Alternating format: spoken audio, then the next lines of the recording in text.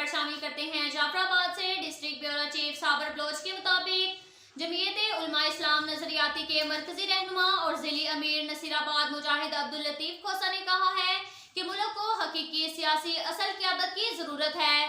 गुज़िश्ता 70 सालों से नाअहल सियासतदानों ने नाकाबिल तलाफी नुकसान पहुँचाया।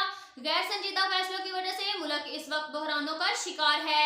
मुल्क के बेहतर मुस्तकबिल के लिए साफ शफाफ इलेक्शन का इनेकाद जरूरी है। नसीराबाद डिवीजन में मसाइल ही मसाइल हैं। ज़राई पानी का बहरान शिद्दत इख्तियार कर गया है। नसीराबाद डिवीजन के मुंतखब नुमाइंदे नाकाम हो चुके हैं।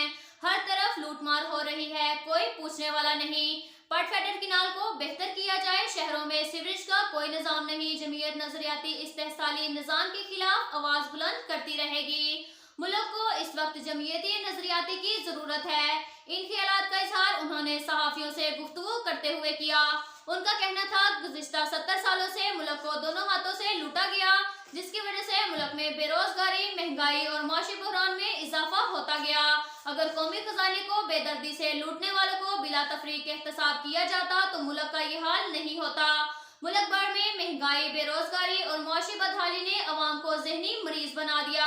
करप्ट सियासतदानों के खिलाफ सख्त एक्शन लेने की जरूरत है। उनका कहना था नसीराबाद डिवीजन में अरबों रुपए के फंड फराहम किए गए, लेकिन इतनी गती रकम के बावजूद भी अवाम के मसाइल जो के तुम मौजूद हैं।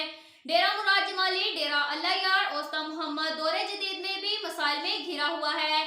तीनों बड़े शहरों में पीने का पानी मुयस्सर नहीं। सीवरेज का निजाम सिरे से ही मौजूद नहीं। अगर सीवरेज का कोई खास बंदोबस्त नहीं था तो टफ टाइल और ब्लैक टॉप रोड की तामीर फजूल काम है। सड़कों और रोडों की तामीर से कबल सीवरेज का निजाम बेहतर किया जाए।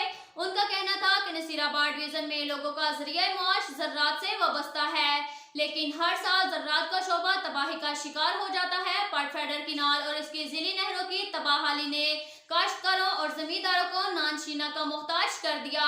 महकमा इरिगेशन में मौजूद काली भेड़ों के खिलाफ सख्त कार्रवाई करके पटफेडर किनाल की मुकम्मल भल सफाई की जरूरत है, वरना ग्रीन बेल्ट बंजर होकर रह जाएगा। इस मौका पर जिली जनरल सेक्रेटरी मोहम्मद मुराद गोला भी मौजूद थे। अब तक के लिए इतना ही काफी है। मिलते हैं अगले बुलेटिन में, हमारे साथ रहिएगा। अल्लाह हाफिज।